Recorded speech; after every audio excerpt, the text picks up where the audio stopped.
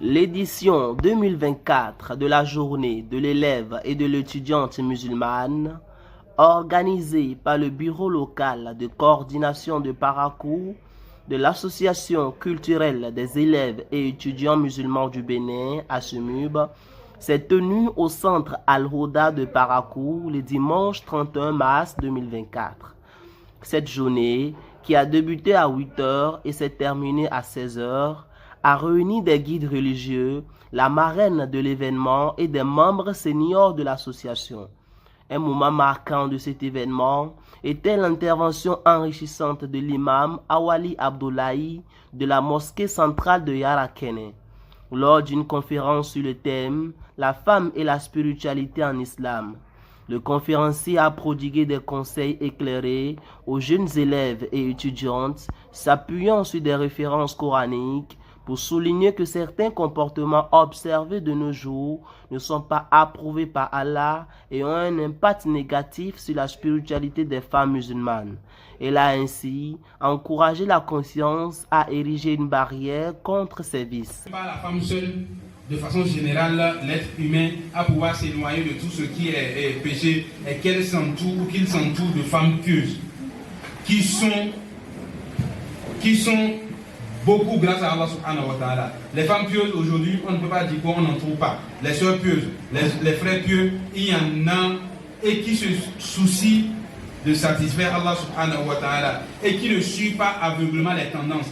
Par ailleurs, Mademoiselle Kabiratou Salaou, responsable des affaires féminines de la localité, a prononcé un discours empreint d'enseignement, de remerciements et de reconnaissance envers la marraine et toutes les militantes de la coordination de Parakou, tout en appelant à un renforcement de la formation islamique. Je tiens à remercier la marraine pour sa disponibilité, pour son engagement, pour sa participation à notre journée. Ça nous a vraiment fait plaisir de savoir que quand on tend la main, on ne la remet pas directement dans la poche, mais on obtient quelque chose en retour. Alhamdoulilah, nous avons demandé de l'aide et elle a pu nous fournir cette aide-là. Donc nous la remercions pour cela.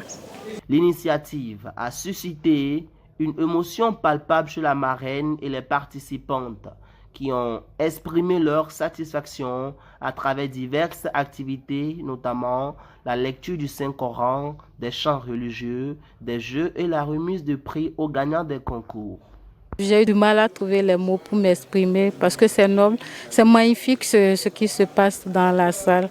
Quand on voit les filles engagées et des jeunes filles qui s'organisent pour organiser un tel événement et qui réussit, vraiment pour ma part c'est réussi.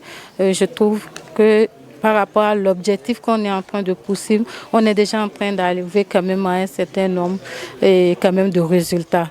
Donc on ne peut que s'en réjouir énormément.